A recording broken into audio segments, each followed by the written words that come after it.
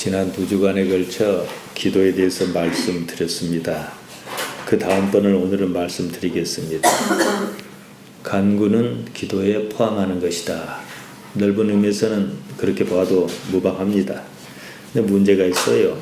오늘 보니까 너희가 얻지 못하면 구하지 아니하기 때문이요. 구하지 않아서 얻지 못한다는 것은 뭐 그렇다 할 수 있습니다. 구하여도 받지 못하면 정욕으로 쓰려고 잘못 구하기 때문이라. 여기서 다들 걸려요.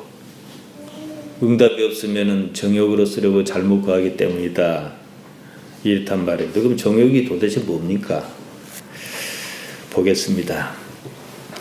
우리가 기도하는 이유는 기대가 있기 때문입니다. 기도는 대부분의 경우에서 우리 생각과 다르게 나타납니다. 응답이 없는 경우가 훨씬 더 많다 그 말입니다. 그럼에도 우리는 기도합니다. 이유는 단순합니다. 나의 생각을 버려서라도 하나님께 더 가까이 다가가려는 것 때문입니다. 이런 가운데 의식의 정화가 이루어집니다. 사람이 착각하고 있어요. 하나님을 내 편으로 끌어당기려고 한단 말이에요. 그러나 한참 세월이 지나고 보면은 내가 하나님 편에 가 있다는 걸 느낍니다. 이걸 이해를 하셔야 한다 이거예요. 하나님을 아는 사람은 기도의 결과에 낙심하지 않습니다. 왜냐? 다른 기대를 품습니다. 자기 생각과 하나님의 생각이 다르다는 사실을 이해합니다. 자기가 바라는 것을 이루지 못하면 실망할 수 있습니다. 그럴지라도 금세 다시 일어납니다. 방향이 조금 바뀌었다고 생각합니다. 하나님께서는 내가 미처 기대하지 못했던 다른 길로 인도하실 것이기 때문입니다. 이런 경지에 도달한 사람은 다만 자기가 할 일을 합니다. 다만 기도할 뿐입니다. 하나님께 길이 들었다 그 말입니다. 야고보는 말합니다. 구하여도 받지 못하는 이유라면서 정욕으로 쓰려고 잘못 구합니다. 그랬습니다. 여기서 구한다는 말 아이테오입니다. 요구하다, 요청하다. 그러니까 하나님께 우리가 뭐 요청하는 거지요. 주시옵소서 이겁니다. 정욕이란 말 해도냅니다. 기쁨, 일락, 쾌락을 말합니다. 문자 그대로 야고보가 말한 야고보 4장 3절을 문자 그대로 하자면요. 쾌락에 사용하려고 잘못 구하기 때문에 받지 못한다 그 말입니다. 그러면은 맞는 것 같아요. 근데 자 보십시다. 정욕, 즉 기쁨이나 쾌락은요. 그 자체로 좋고 나쁜 거 없어요. 굳이 따지자면 좋은 쪽이에요. 하나님께서는 우리가 기뻐하는 것을 싫어하지 않으실 것입니다. 여러분 자녀가 기뻐하는 것을 싫어합니까? 아니지요. 다만 그 일이 오히려 하나님께로부터 멀어지는 일이라면 문제가 있다는 거예요. 상당수 사람은 그럴 겁니다. 야고보조차도 이런 관점을 가지고 말하지 않았나. 우리가 그 앞에 읽었던 거 보면은 그런 의미가 들어 있습니다. 다음 시간에는 더 자세히 보겠습니다만은요. 이것이 지나치면은 어떻게 발전합니까? 금욕주의로 발전합니다. 기뻐하면 마치 죄 짓는 것이라 생각해요. 숨이 막힙니다. 천국을 우리가 어떻게 이해하든지 간에 그것은요 기쁨의 세계입니다. 쾌락의 세계입니다. 쾌락이 넘쳐요. 거기서 이 말이 통하겠느냐는 거예요. 왜 그럴까요? 하나님 안에 온전히 있기 때문입니다. 따라서 정욕, 해도내는 삶을 기뻐하느냐 마느냐 그런 문제가 아닙니다. 하나님께 길이 들었느냐 이거예요. 하나님이 좋아서 기뻐하는 기쁨, 하나님 때문에 내 인생 모든 것이 하나님 것이라 여기고 그 안에서 누리는 기쁨이 무엇이 잘못이겠습니까? 다시 말씀드리면 하나님께 제대로 길이 들지 않은 사람이 해도내, 쾌락, 기쁨, 우리 번역한 걸로 하면 정욕의 상태에 있거나 정욕이라고 번역한 것도 좀 문제가 있어요. 우리 사전적 의미하고 좀 다르거든요. 아무튼 그런 상태에 있거나 그것을 추구하면 그냥 나쁘다 이거예요. 왜냐? 삶의 기쁨이 넘치다 보니, 삶이 쾌락으로 충만하다 보니 바로 하나님을 찾지 않을 것이기 때문이에요. 왜 인생에 고통이 있습니까? 왜 인생에 어려움이 있습니까? 바로 그 때문에 하나님을 안 찾거든요.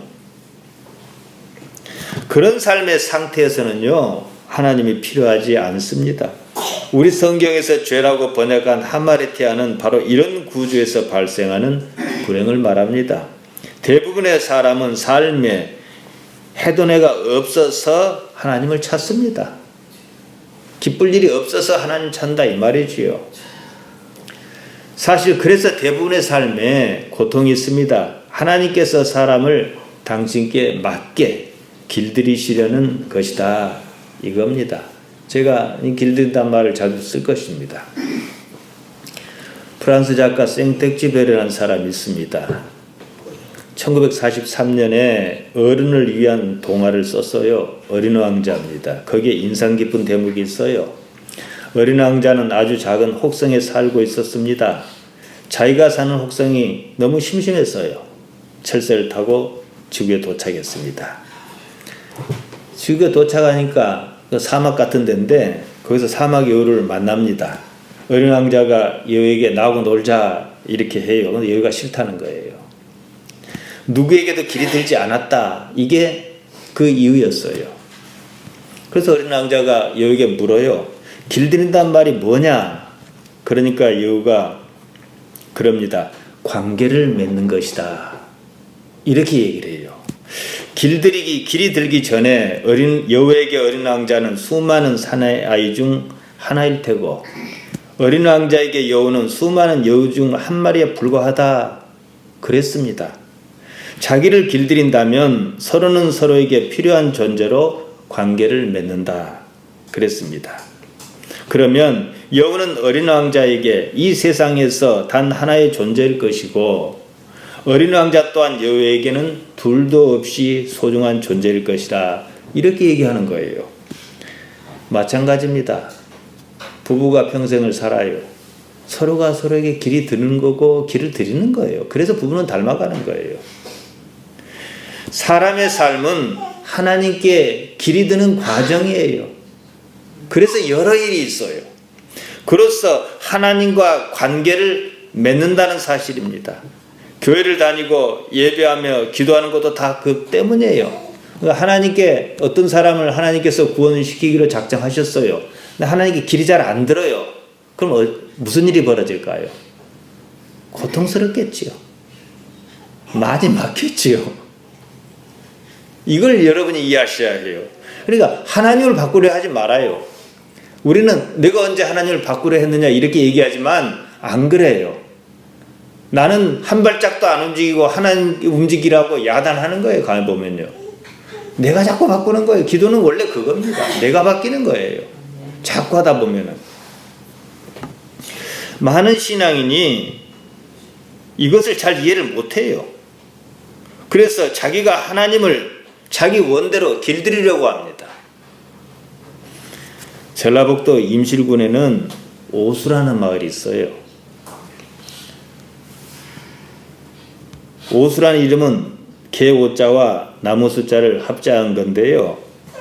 1230년 고려시대 문인 최자라는 사람이 쓴 보한집에 나오는 얘기에서 유래했다고 합니다. 김계인이라는 사람이 있었습니다. 어느 날 그가 잔치에 갔다가 술에 많이 취했습니다. 집으로 돌아오던 길이었습니다. 풀밭에서 잠깐 쉬다가 잠이 들었어요. 주변에 원인 모를 들불이 일었습니다. 가만두면 화를 당할 상황이었습니다. 주인을 따라갔던 개가 불이 난 걸 봤어요. 근처 개울로 달려가서 자기 몸으로 물을 적셔와서 불 위에 뒹굴었습니다. 셀 수 없이 반복했어요. 그러다 보니까 주인이 잠에서 깨어났고 불은 꺼졌습니다. 개는 탈진해 죽고 말았어요. 개주인 김계인은 죽은 개를 보고 슬퍼했습니다. 땅에 묻어주고 그 자리에 지팡이를 꽂았습니다. 나중에 그 지팡이가 나무로 자라났다 합니다. 그래서 훗날 개 오자와 나무 숫자를 합해서 그것을 오수라 그랬다, 이런 얘기예요. 개는 충성스러운 동물입니다. 여러분 요새 가만히 보면요, 아이가 이제 뒤척이를 하잖아요. 강아지를, 어떤 강아지를 가만히 보니까 안타까운 거예요. 그러니까 엉덩이로 밀어가지고 도와주려고 그래요. 그건 많아요. 실제로 그래요. 개는 충성스러워요. 참 신기하죠. 어떻게 그 개가 그렇게 충성스러울 수 있는지. 주인과 오래 산 영양개는 주인을 위해서 기꺼이 목숨을 버립니다. 어떤 면은 사람보다 그런 점이 나아요. 남 보기에는 잡종 똥개 지나지 않을지라도 기르던 개는 주인에게 무척 소중한 존재입니다. 사람이 사람 같지 않은 경우를 개만 또 못하다 그러지 않습니까? 사람을 비하는 말이기도 하지만은 그만큼 반대로 생각하면 개를 높여서 그렇게 부르는 말이기도 합니다. 어느덧 개는 나에게 목숨을 거는 존재였고 나는 개에게 정성을 쏟아도 좋을 의미로 자리 잡았습니다. 이런 깊은 관계로 자리매김하기까지 피차 길들이는 과정이 있었다는 얘기예요. 김개인이라는 사람 살린 개하고 길들이는 과정이 없이 모르는 노인이 드러누워 있는데 개가 그렇게 하겠냐는 거예요. 이런 관계는 삶의 양태자 방식이고 때로는 목표기도 합니다.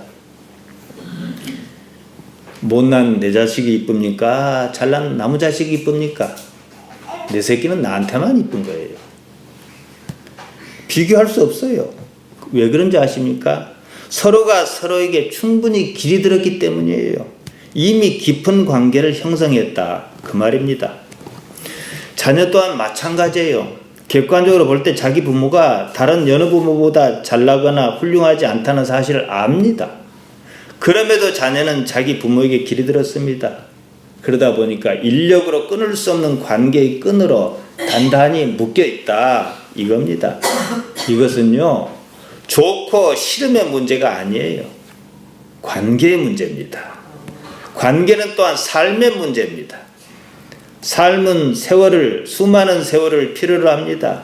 타인의 삶을 섣부르게 잘못 판단하는 경우가 더러 있습니다. 이것은요, 이미 형성한 관계, 그 사람 사이의 관계를 이해하지 못해서 그런 겁니다. 부부는 닮는다고 하지 않습니까? 왠 줄 아십니까? 세월을 두고 서로가 서로에게 기리던 탓입니다. 요즘은 이러저러한 이유로 이혼이 잦습니다. 그것은요, 피차 길이 들지 않아서 그런 거예요. 서로에게 길드는 것을 거부해서 그런 겁니다. 길들여지지 않은 관계는 없습니다. 그 관계는 인내의 시간을 반드시 요구합니다. 신앙에도 인내가 필요합니다. 올바른 관계는 신뢰를 바탕으로 합니다.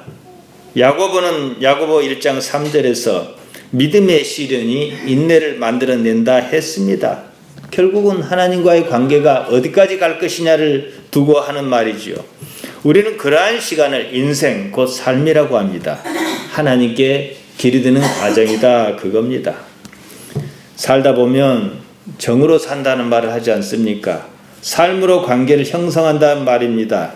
입양에서 기른 아이를 두고 뭐라 합니까? 가슴으로 낳았다, 그런 말 쓰지 않습니까? 기른정이란 말이 있지 않습니까? 서로에게 길이 들었으며 특별한 관계를 이루고 있다, 이 뜻입니다. 사람은요, 삶을 통해서 무엇을 배웁니다. 자식 키우기가 그냥 길 가다가 딴 감처럼 쉬웠으면 과연 그만큼 사랑할 수 있었겠는가? 생각해야 하는 거예요. 하나님과 우리는 얼마나 많이 부대끼며 삽니까? 이게 관계를 형성하는 거지요. 삶을 통해서 온전한 사람으로 성장하는 겁니다. 저는 이 점을 매우 중요하게 생각합니다. 태어났다고 사람 아니에요. 삶이라는 과정을 통하여 완전한 사람으로 만들어져야 합니다.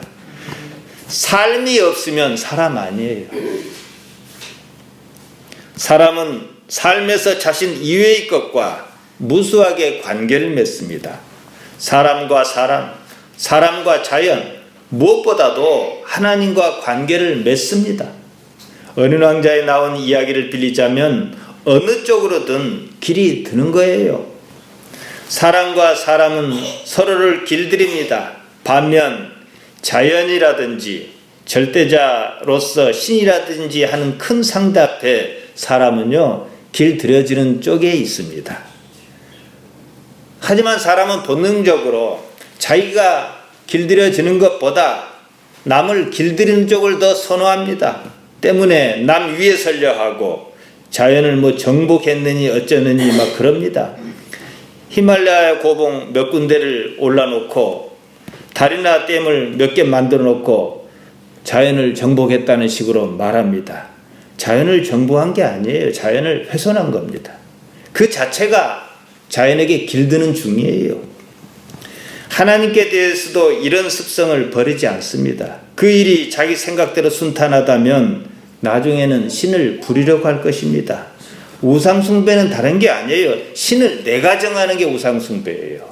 우리 신앙은 그렇지 않습니다. 내 마음에 들든 들지 않든 나를 버려서라도 신에게 가까이 가려는 게 우리 신앙이에요. 그러니까 우상숭배는 어떻게 합니까? 신이 마음에 들지 않으면 바꿀 수도 있어요. 조금만 더 깊이 들여다보면 이것이 얼마나 무모한 일인지 드러납니다.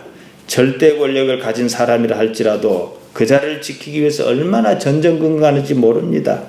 가지지 못한 사람이 볼 때 가진 사람은 무슨 걱정이 있겠느냐 싶습니다. 가진 사람은 가진 것을 지키기 위해서 나름대로 애를 많이 씁니다. 인간의 불행은 이처럼 순리를 무시하는 데서 비롯합니다. 야고보는 이런 비극이 정욕, 해도내라고 했습니다. 하나님을 인정하지 않는 사람의 해도내가 나쁜 거예요.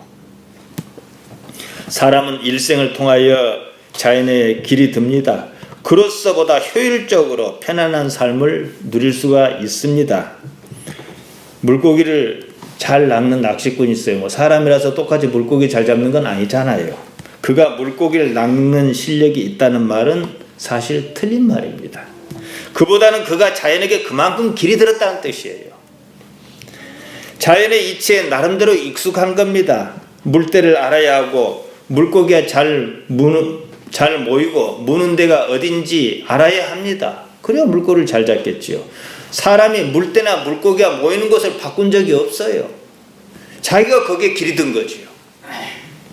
처음부터 자연의 것이지 낚시꾼 것은 아닙니다. 사람들이 이 지구를 아주 무시해요. 무슨 혹은 줄 알아요. 여러분, 지구가 마치 사과라면 우리가 사는 대기층이 얼마나 두꺼운지 아십니까? 사과 껍질보다도 얇습니다. 우리가 우주라고 칭하는 데는 몇백 킬로 안 돼요. 보통 우주 정거장 하면 지상 400킬로 정도밖에 떨어져 있지 않습니다. 오늘날 미세 문제로 나라 사이에 머리를 맞대고 있는 것도 그겁니다. 어떻게 하면 자연에 맞춰갈 것인가지 자연을 바꿔갈 것인가가 아니에요.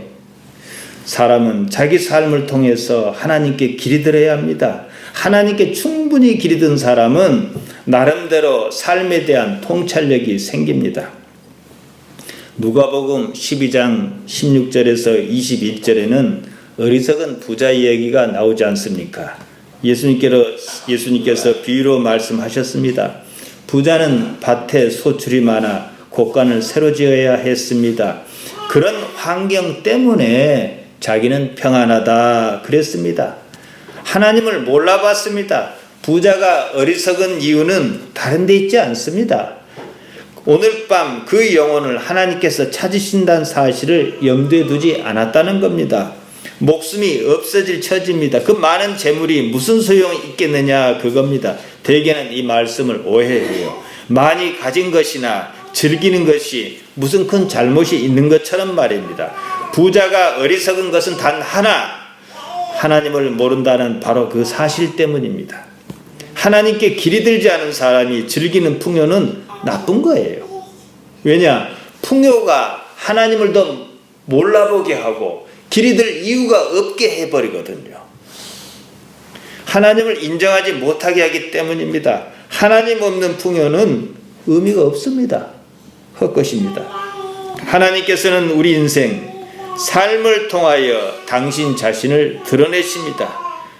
그리고는 이 모양 저 모양으로 우리를 길들이십니다. 깊은 관계를 맺으려 하십니다. 호세아 6장 6절에 보면은 그러지 않습니까? 하나님께서는 사람이 당신을 알기 원하신다 그러셨습니다. 번제보다도 그것이 더 낫다 그러셨습니다. 이스라엘이 망한 것은 다른 이유가 아닙니다. 오늘날 우리도 마찬가지입니다. 하나님을 알지 못했기 때문입니다. 오늘 드리는 말씀을 하자면 하나님께 길이 들어있지 않아서 그래요. 아니면 하나님께 길이 드는 것을 거부했기 때문에 그런 겁니다. 그러고 보면요, 이스라엘은 상당히 고집스러운 백성이에요. 쉽게 말을 잘 듣지 않습니다. 히브리 백성은 애굽을 나온 이후 광야에서 40년이나 보냈습니다. 마찬가지입니다. 하나님께 길이 들어 하나님의 백성으로 변하는 과정이었습니다. 어느 정도 그러고 나서야 하나님을 인정할 수밖에 없는 어느 정도의 분량에 이르러서야 가나안에 들어갈 수가 있었습니다. 우리 삶이 그래요. 일찍이 다윗은 그것을 알았습니다. 시편 23편에서 노래했습니다.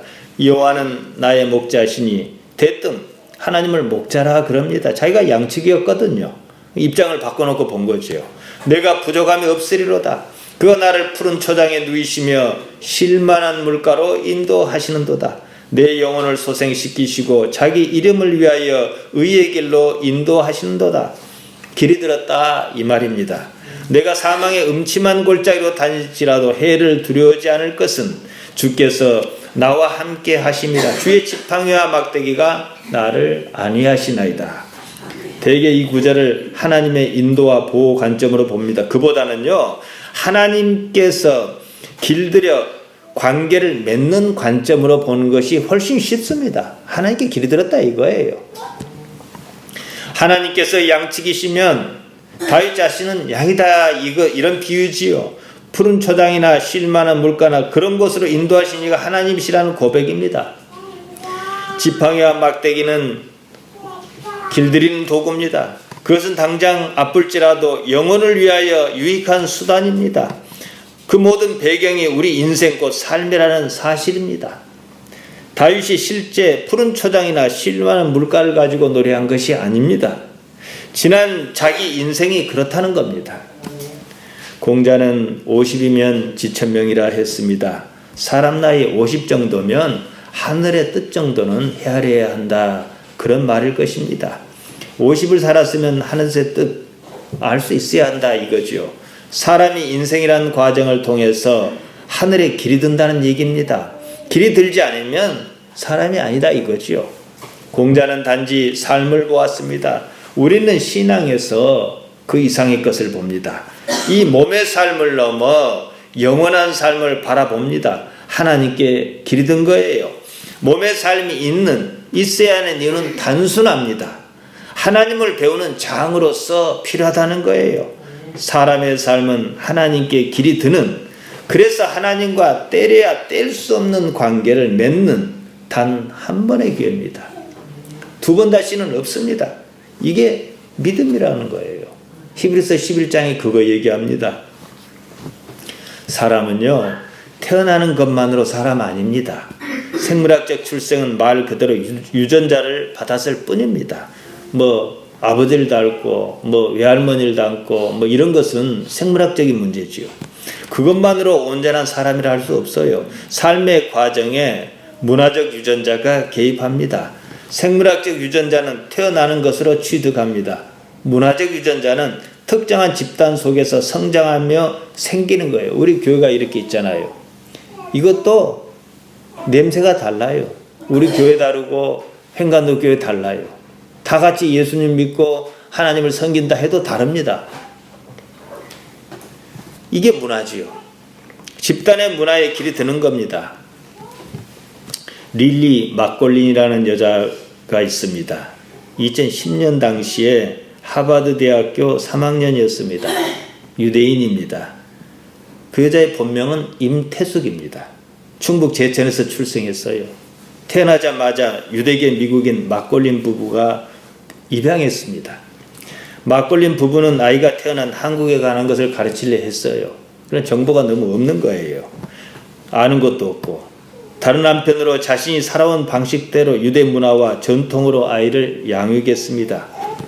하버드 대학교는 약 30% 정도가, 재학생 30% 정도가 유대인이라고 합니다. 학생 수가 많기도 하지만 유대인의 사회적 힘이 워낙 강하다 보니까 학교에서는 아예 유대인 회당, 시나고그를 만들어줍니다. 유대인 임태숙은 매주 그 모임에 참석합니다. 다른 유대인도 그녀를 거부감 없이 받아들입니다. 유대인이라고 생각합니다. 유대인 모임에 나가기 때문에 유대인인 것이 아니에요. 그들이 생각하는 유대인은 유대인이라고 하는 문화적 유전자를 가지고 있느냐, 이 문제입니다. 이렇게 보죠. 임태숙의 생물학적 유전자는 한국인입니다. 하지만 그녀의 사고를 지배하는 것, 즉 문화적 유전자는 자라난 환경에 따른 유대인의 것 그대로라는 거예요. 유대인은 문화적 유전자가 생물학적 유전자보다 더 중요하다는 사실을 알고 있었습니다. 우리가 왜 하나님의 백성입니까?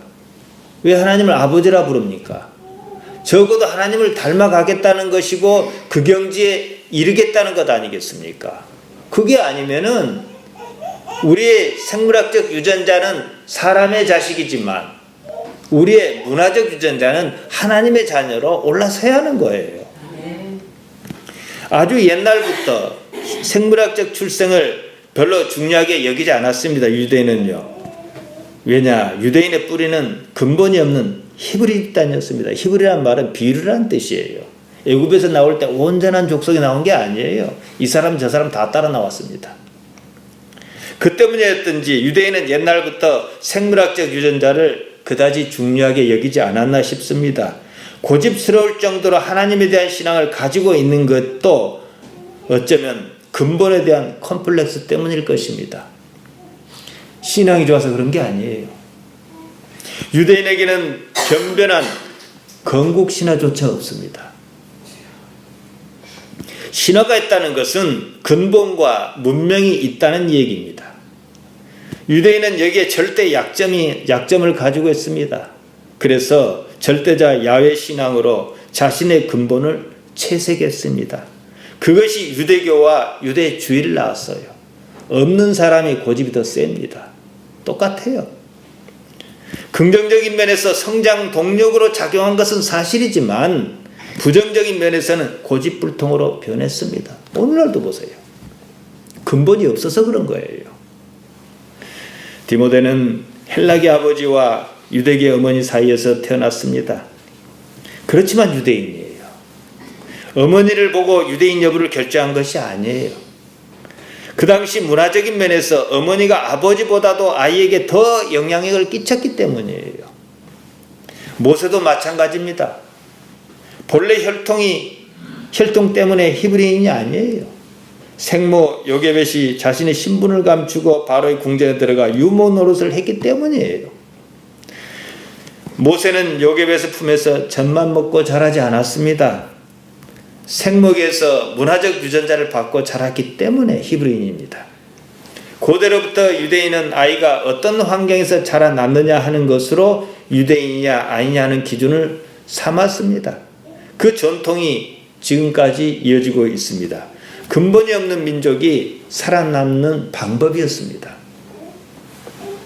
유대인의 특징은 끈질긴 생명력 이외에도 종교를 포함해서 자신의 문화적 전통을 고수하기로 유명합니다.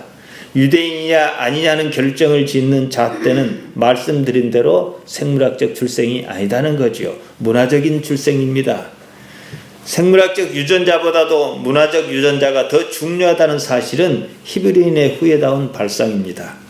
문화적 유전자란 실제 유전자는 아니에요. 하지만 사람의 일생에 있어서 태어나면서 가지는 생물학적 유전자보다도 더 크게 영향을 끼친다는 거예요. 무엇을 보고 듣고 느끼며 자랐느냐는 겁니다. 삶에서 모든 감각을 통하여 무엇을 받아들이고 어떻게 자기를 형성하였느냐 그거지요. 이것을 캐릭터라고 합니다. 인격이라 그러죠. 아이가 태어나자마자 정글에 버렸다 그럽시다. 그 아이는 정글이라고 하는 삶을 배경으로 의식이 자랄 것입니다. 임태숙과 같이 태어나자마자 유대인 가정에 자라났다면 몸은 한국인일지라도 그의 의식은 영락없이 유대인 맞습니다. 자, 여기서 생각해 봅시다. 몸은요, 일정 기간 쓰다가 버립니다. 죽습니다. 그렇다면 결국 남는 것이 무엇이겠느냐는 거예요. 그것이 나의 정체, 곧 의식의 바탕을 이룹니다. 평생 하나님을 생각하면서 하나님께 길이 잘 든 사람이 있어요. 또 평생 하나님을 모르고 산 사람이 있어요. 단지 하나님을 알았다, 몰랐다 이렇게 나누어 말할 수 없는 그 무엇이 있습니다. 왜냐? 그 많은 세월에 하나님께 어떻게 길이 들었냐 하는 문제가 있기 때문이에요. 숙련된 기술자가 한두 번 해서 숙련된 무엇을 하겠습니까? 나름대로 많은 연습 가운데 뭐가 있었겠지요. 하나님께 마찬가지입니다. 그러면은 몸을 버렸을 때 하나님을 향한 의식이 아주 높은 사람이, 길든 사람이 있었을 때 무엇으로 하나님 앞에 설 것이냐? 그러면은 지금 이 순간도 우리는 허투루 할 수가 없습니다. 삶이란 환경에 길이 드는 과정입니다. 환경으로 인한 문화적 배경이 출생으로 인한 생물학적 배경보다 더 크게 작용한다는 사실이에요. 집을 지을 때 기초를 단단히 다진 후에 본격적인 공사에 들어가지 않습니까? 어쨌든 기초는 출생 환경이라 볼 수가 있지요. 의식 환경은 당장 눈에 보이는 건축물의 모습과 같습니다. 기초가 중요한 건 사실이지만은 눈에 보이지 않는 밑바탕입니다. 실제 삶에는 눈에 보이는 건축물이 더 크게 영향을 끼칩니다. 당장 문은 어디로 냈느냐, 싱크대는 어떻게 배치를 했느냐, 난방은 잘했느냐, 이게 영향을 미치는 거단 말이지요. 그러므로 태어난 것만 가지고 사람이라 할 수 없습니다. 자라난 환경을 포함했을 때 사람이라 합니다. 자라난 환경, 곧 문화적 유전자의 가장 핵심 요소는 다름 아닌 길들임에 있다는 거지요. 삶에 어떻게 길이 들었느냐에 따라 살고 죽고 그럽니다. 흔히 말하는 천국과 지옥 관점으로 말하자면 하나님께 길이 들어있으면 천국일 것이고 그러지 않으면 지옥이다 이거지요. 신앙은 삶의 여정에 있는 일입니다. 그러므로 신앙은 하나님께 익숙하는 것, 곧 길이 드는 과정이라는 거예요. 이뿐만이 아닙니다. 우리는 또 다른 난관이 있습니다. 자아관념입니다. 자기가 자기라 생각하는 여기는 그것입니다. 넓은 의미에서 자아관념 또한 삶에서 발생합니다. 자기를 지키기 위한 거지요. 문화적 유전자와는 격이 조금 다르지만 길이 든다는 입장에서는 방식이 똑같습니다. 생물학적 유전자는 탄생과 성장에 영향을 끼치고 문화적 유전자는 개성을 형성합니다. 자아관념은 문화적 유전자를 형성하는 가운데 나타나 그대로 인격에 반영해서 나타납니다. 그것은 미미해 보이지만 실제로는 삶의 질에 결정적으로 영향을 끼칩니다.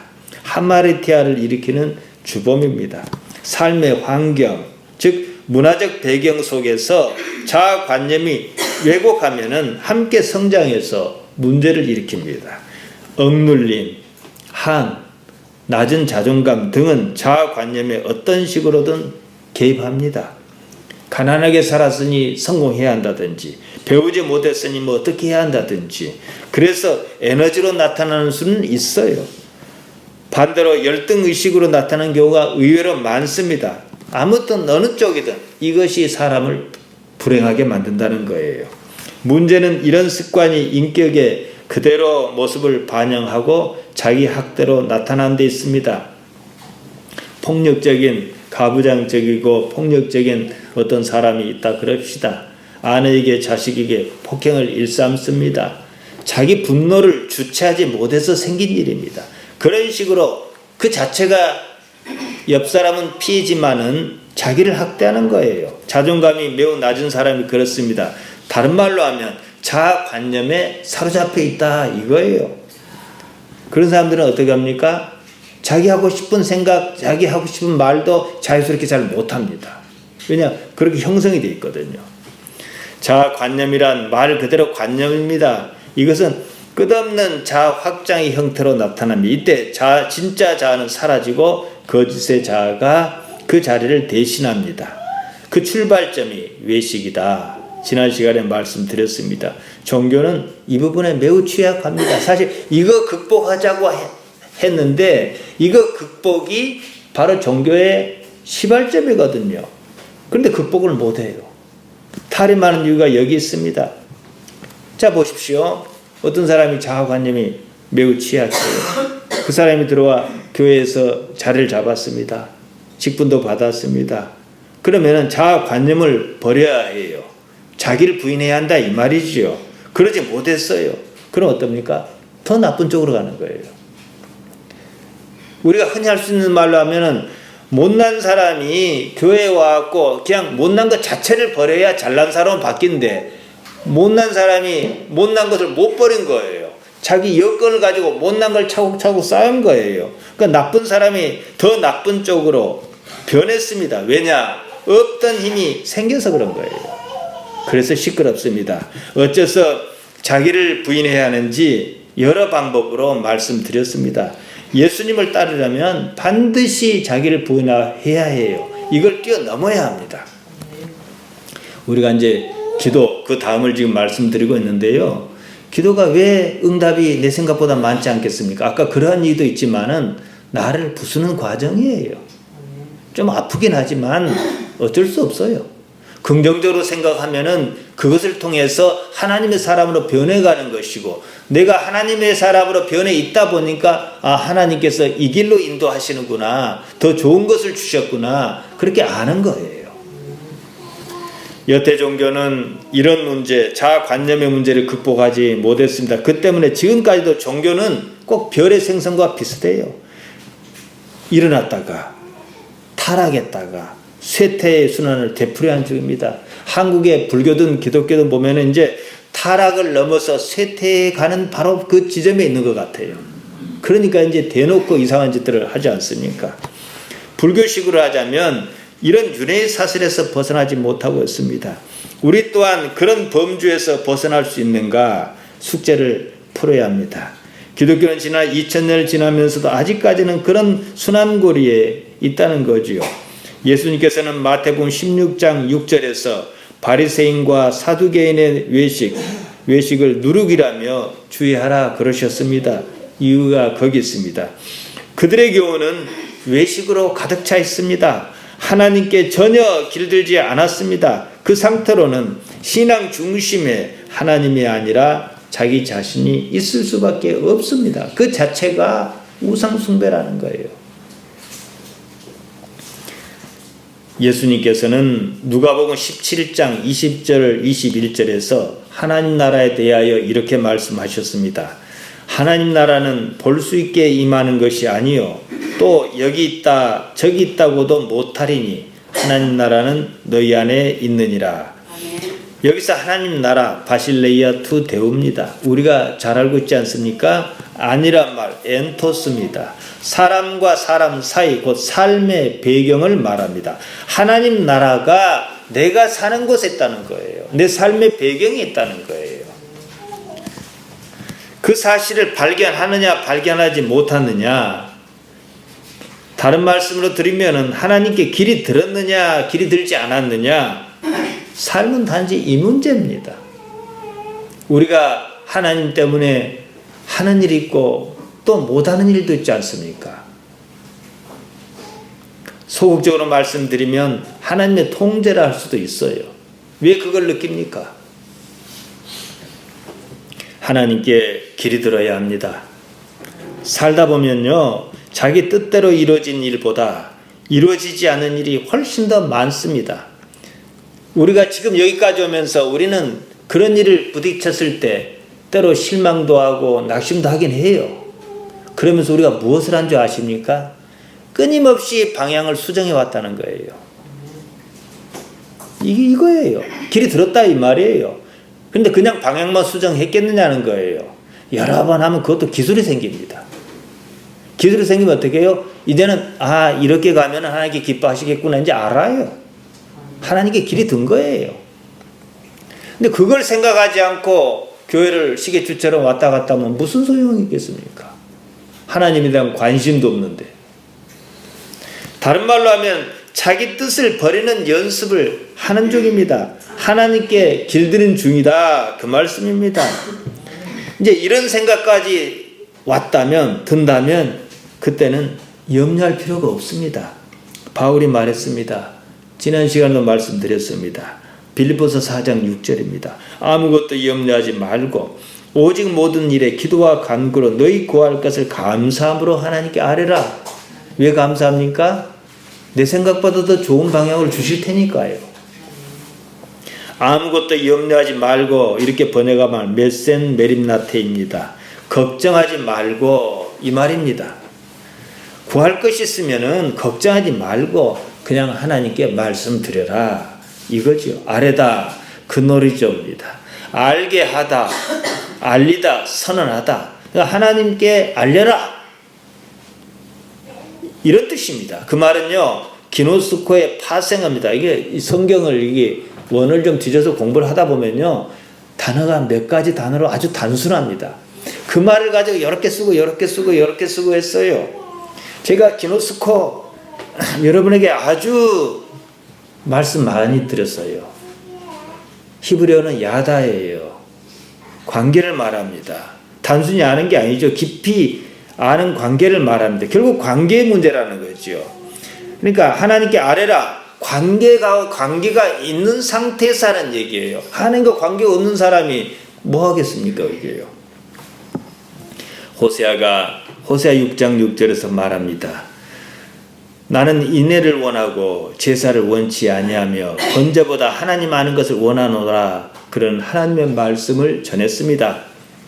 아는 것, 다틉니다. 지혜를 말하기도 합니다. 이 말의 어원이 안다 벌써 나오지요? 야다예요. 똑같아요. 히브리 말로는 야다, 헬라 말로는 기노스코. 창세기 4장 1절에 보면 아담이 그 안에 하와와 동침함에 야답니다. 그러니까 그냥 의역 없이 그대로 하자면 아담이 그 안에 하와를 알매 이런 거 알면 애 낳아요. 그러니까 이게 보통 관계라는 겁니다. 깊은 관계로 아는 것을 말하죠. 그러니까 우리가 인생을 통해서 하나님께 길이 들었다는 건 뭐예요? 깊이 한다는 거예요, 하나님을. 그러니까 내 마음에 안 들어도 하나님 부족 못하는 거예요. 그러면 이 사람은 아주 좋은 신앙인이에요. 그리고 더 높은 경지로 나아갈 것입니다. 기도 그 다음이 뭔지 아십니까? 오늘 제가 제목을 기도 그 다음 했는데 하나님께 길이 드는 거예요. 그럼 나중에 기도는 어떤 정점의 기도는 뭐겠습니까? 하나님께서 원하시는 기도만 해요. 예수님께서 그러시지 않았습니까? 내가 원하는 건 하나님 원하는 거고 하나님 원하시는 것은 내가 원하는 거예요. 정리하겠습니다. 우리는 무엇보다도 이를 위하여 하나님께서 우리 삶에 관계하여 계신다는 사실을 인정해야 해요. 아멘. 가장 중요합니다. 그것이 믿음입니다. 하나님께서는 우리 각자의 삶을 통해서 역사하시며 우리를 길들이고 계신다는 사실을 잊지 말아야 해요. 하나님께서 무슨 말씀하십니까? 물론 우리는 은유적으로 그렇게 말할 수는 있어요. 그러나 환경으로 역사하셔요. 우리가 가슴에 하나님을 품고 자신의 삶을 들여다봐야 하는 이유가 거기에 있어요. 이 일에 하나님께서 어떻게 나타나시려 하시는가? 나는 방법이 없는데 이 일로 하나님께서 나를 어디로 인도하려 하시는가? 지켜봐야 한다는 거예요. 하나님을 가슴에 품으시기 바랍니다. 그리고 하나님께서 우리를 어디로 인도하시는가 생각하시기 바랍니다. 그러므로 하나님께 깊이 길드는 여러분이 되시기를 예수님의 이름으로 축복합니다.